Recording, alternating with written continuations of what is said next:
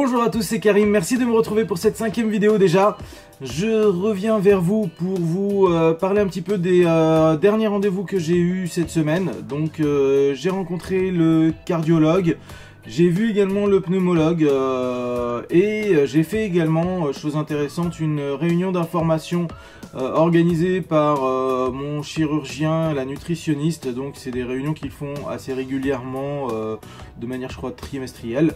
Et donc je les ai rencontrés, eux, ainsi que des personnes qui ont été slivées et qui ont été opérées en règle générale, puisqu'il y avait également des bypassés et des gens qui avaient fait un anneau gastrique. Donc voilà un petit peu le programme que je vous propose aujourd'hui. Je vais revenir rapidement sur mes rendez-vous. J'ai donc rencontré le cardiologue où j'ai fait une échographie cardiaque et un électrocardiogramme. Ça s'est très bien passé, il n'y a pas de chose particulière, c'était pas très compliqué à faire et les résultats sont bons. J'avais prévu de faire une écho Doppler des membres inférieurs avec lui, mais il le fait plus.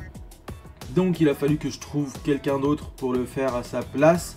J'ai réussi à me dégoter un rendez-vous pour mardi prochain, heureusement. Donc je fais cette dernière écho pour mardi prochain. J'ai également eu rendez-vous avec le pneumologue. J'avais deux choses à faire avec le pneumologue, j'avais les tests respiratoires et j'avais également à faire la polysomnographie nocturne. Donc en ce qui concerne les tests respiratoires, pas de souci. En fait on se met simplement dans une petite cabine insonorisée où il travaille avec la pression de l'air et où on me demande de respirer dans un tube, où on coupe l'accès air de ce tube à des moments précis et on reprend la respiration juste dans la foulée. Donc, ça s'est plutôt bien passé, pas eu de choses particulières.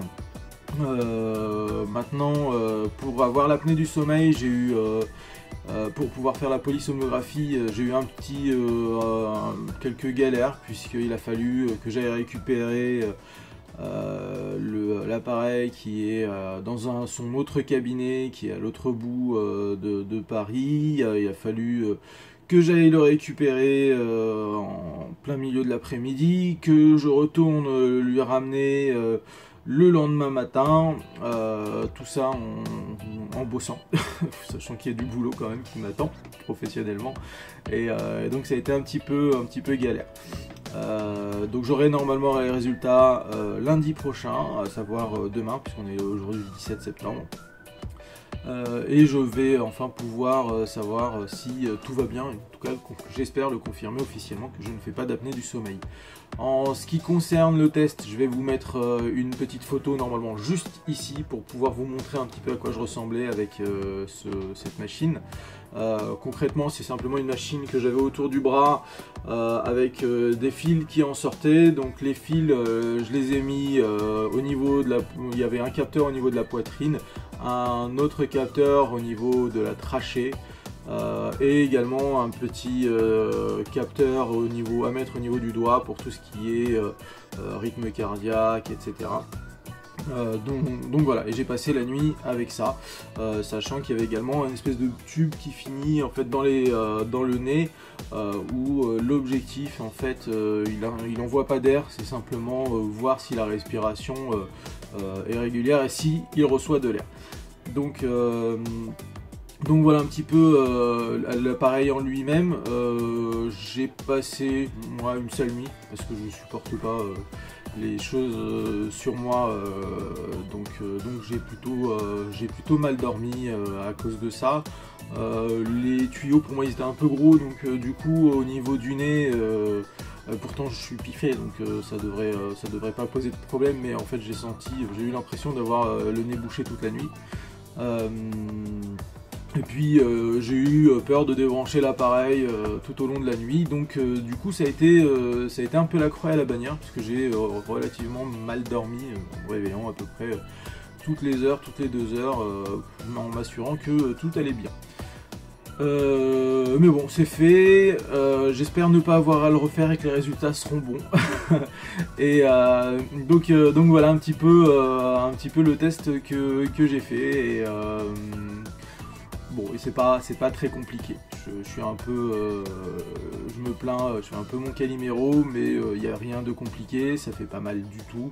Moi, c'était simplement le stress de débrancher les fils qui m'a gêné et qui m'a un peu stressé.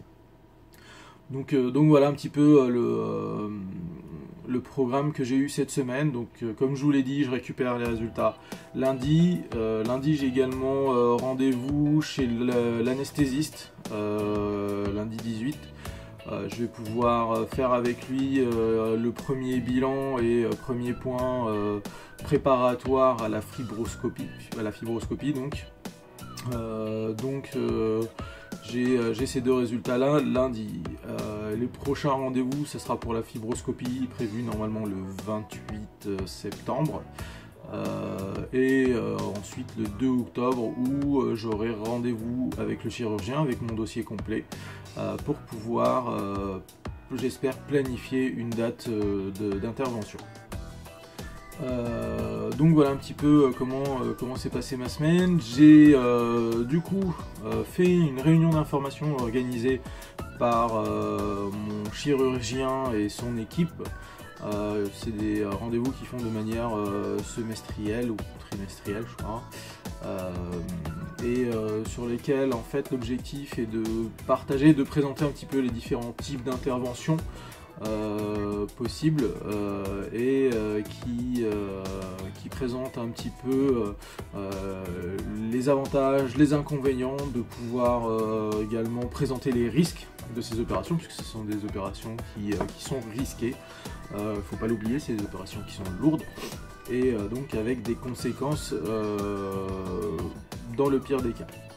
Donc je suis, comme je vous l'ai dit, moi je suis à peu près rassuré puisque mon chirurgien a fait à peu près 1000 sleeves jusqu'à présent. Il a eu 4 problèmes de fistule. Donc je pense que le risque il est relativement limité, mais il faut garder conscience qu'il n'est pas inexistant. Voilà un petit peu les points qu'on a abordés lors de cette réunion. On a abordé également d'autres points, c'est que ils ont parlé d'une gaine. Alors moi j'avais déjà vu sur plusieurs vidéos de youtubeurs qui présentaient justement, youtubeurs et blogueurs qui présentaient des gaines qui sont en fait des gaines qui permettent de maintenir la peau en post-op et de normalement diminuer l'effet de tablier et le relâchement de la peau. J'ai pas encore d'avis sur le sujet. Normalement, on a le droit en tant qu'opéré à 2 gaines qui sont faites sur mesure par an et qui sont remboursées par la sécurité sociale. Et ça c'est important puisque c'est du sur mesure, donc ça a un coût à mon avis assez important. Maintenant, je ne sais pas encore ce qu'il en sera. Je ne sais pas si je vais le prendre ou pas. J'ai pour l'instant un avis partagé sur la question, puisque pendant cette réunion d'information, on a eu une kiné qui est intervenue, qui expliquait que ces gaines-là en fait provoquaient également un relâchement musculaire, ce qui n'était pas bon, finalement pas si bon que ça.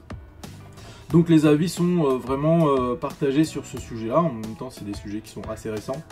Et donc voilà un petit peu un des sujets dont on a parlé.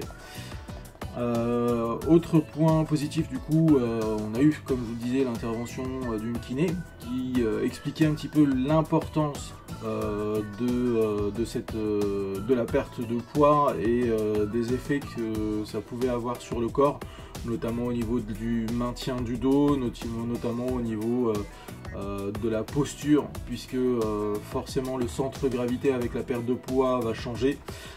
Donc il y a quand même pas mal de choses à prendre en compte sur ce sujet là, et donc il y a des séances de kiné qui sont apparemment dispensées après l'opération. Donc ça je ne le savais absolument pas, mais si c'est le cas et si ça permet de diminuer les douleurs des lombaires et autres, parce qu'on est sur une perte de poids assez rapide, tant mieux.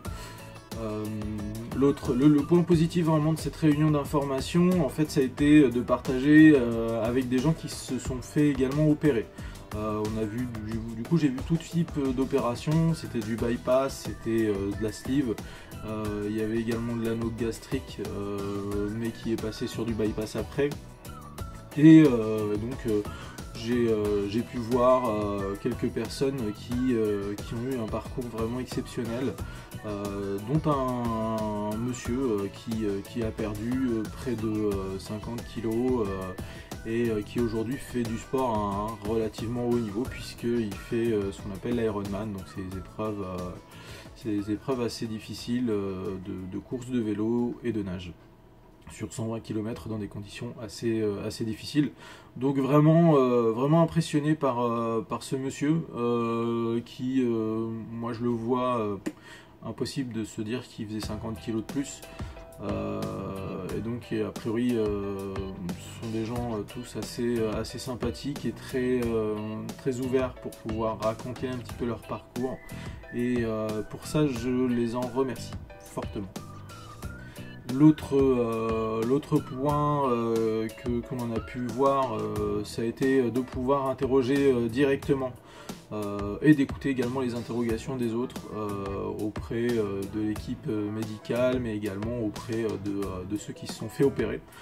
Donc c'était vraiment intéressant de les entendre, en fait se poser des questions, parce que moi j'avoue que j'ai pas vraiment posé de questions, vu que je me suis déjà beaucoup renseigné sur ces sujets-là et que je suis arrivé à maturation sur l'ensemble des points qui m'intéressaient. C'est pour ça d'ailleurs que maintenant aujourd'hui je suis plutôt dans le partage de ces informations-là. Donc c'était vraiment intéressant, et puis ça m'a permis vraiment de confirmer un petit peu le choix pour lequel j'ai opté. L'autre particularité pour moi, pour cette réunion d'information, là c'est complètement à titre personnel, c'est que j'y suis allé avec un ami qui a été absolument pas convaincu de l'intérêt de cette opération-là, et dont pour lui l'objectif était en fait pour lui considérer cette opération bariatrique comme une opération d'esthétique. Donc en rencontrant justement cette réunion d'information, puisque c'est quelqu'un que je porte fort dans mon cœur et qui est assez critique en général, il est arrivé à la fin de la réunion avec un changement de positionnement qui fait que pareil, ça m'a aidé à conforter mon choix en me disant puisque si même lui est convaincu finalement de l'utilité de cette intervention là, je pense pas me tromper en allant dans cette voie là. Donc voilà, ça c'était à titre complètement personnel, et du coup ça c'est les parties positives. Les parties négatives, finalement j'en ai vu qu'une en ce qui me concerne. Après c'est vraiment un avis personnel qui finalement ne touche peut-être que moi, mais que je tiens à vous partager. C'est que pendant cette réunion d'information, il y avait la présentation d'une coach en images. Et en fait, au lieu d'avoir l'impression d'avoir quelqu'un qui présentait la possibilité d'améliorer son image dans un parcours post-opératoire, j'ai eu plutôt l'impression de voir quelqu'un qui faisait une présentation commerciale de ce qu'elle était capable de faire, et finalement ça ressemblait plutôt à un accompagnement pour du shopping, pour des coiffeurs, pour renforcer son style d'image. Bon, l'intérêt pour moi il était complètement il était négatif. Enfin, pour moi c'était absolument pas intéressant. J'ai vraiment eu l'impression d'une démonstration commerciale, et s'il y a des choses que je n'aime pas, c'est bien ça, surtout dans ce cadre là.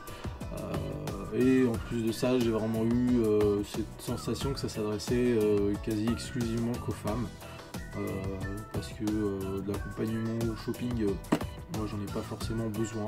Pareillement chez le coiffeur, c'est pas mon truc. Donc voilà, c'était ces 2 points, c'était peut-être le seul bémol dans cette réunion d'information, qui font que ça a un petit peu diminué l'intérêt que j'avais à aller à cette réunion. Mis à part ça, pour moi le bilan reste quand même relativement positif, et je suis quand même très content d'y être allé, ne serait-ce que pour les raisons personnelles que je vous ai déjà expliquées. Donc voilà un petit peu le bilan pour moi de cette semaine. Je vous ai déjà dit un petit peu ce qui m'attendait la semaine prochaine et les prochaines semaines. Je reviendrai très certainement vers vous après mon rendez-vous à anesthésie avec l'anesthésiste pour vous expliquer un petit peu la façon dont il voit les choses, et ensuite je vais lancer le sujet assez rapidement sur ce qui m'attend, et voilà. Et aujourd'hui je peux même vous faire part vraiment de mon impatience d'arriver au bout de ce bilan, puisque ça va faire maintenant 3 mois que je l'ai entamé. Et je commence vraiment à vouloir arriver au bout de ce parcours du combattant. C'est un parcours, je pense, qui est vraiment nécessaire, parce qu'il permet vraiment de se projeter et d'avoir une réelle réflexion sur ce que l'on veut, et si on n'est pas motivé, on ne peut pas aller jusqu'au bout, ça c'est clair et net. Mais du coup c'est vrai que maintenant que je suis vraiment focus sur cet objectif là, j'ai vraiment envie d'aller au bout et de commencer ma nouvelle aventure, et ce que j'ai appelé dès le départ de cette chaîne ma nouvelle vie. Donc voilà un petit peu pour moi.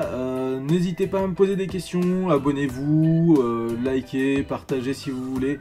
Je suis tout à fait ouvert, et sur ce je vous dis à bientôt.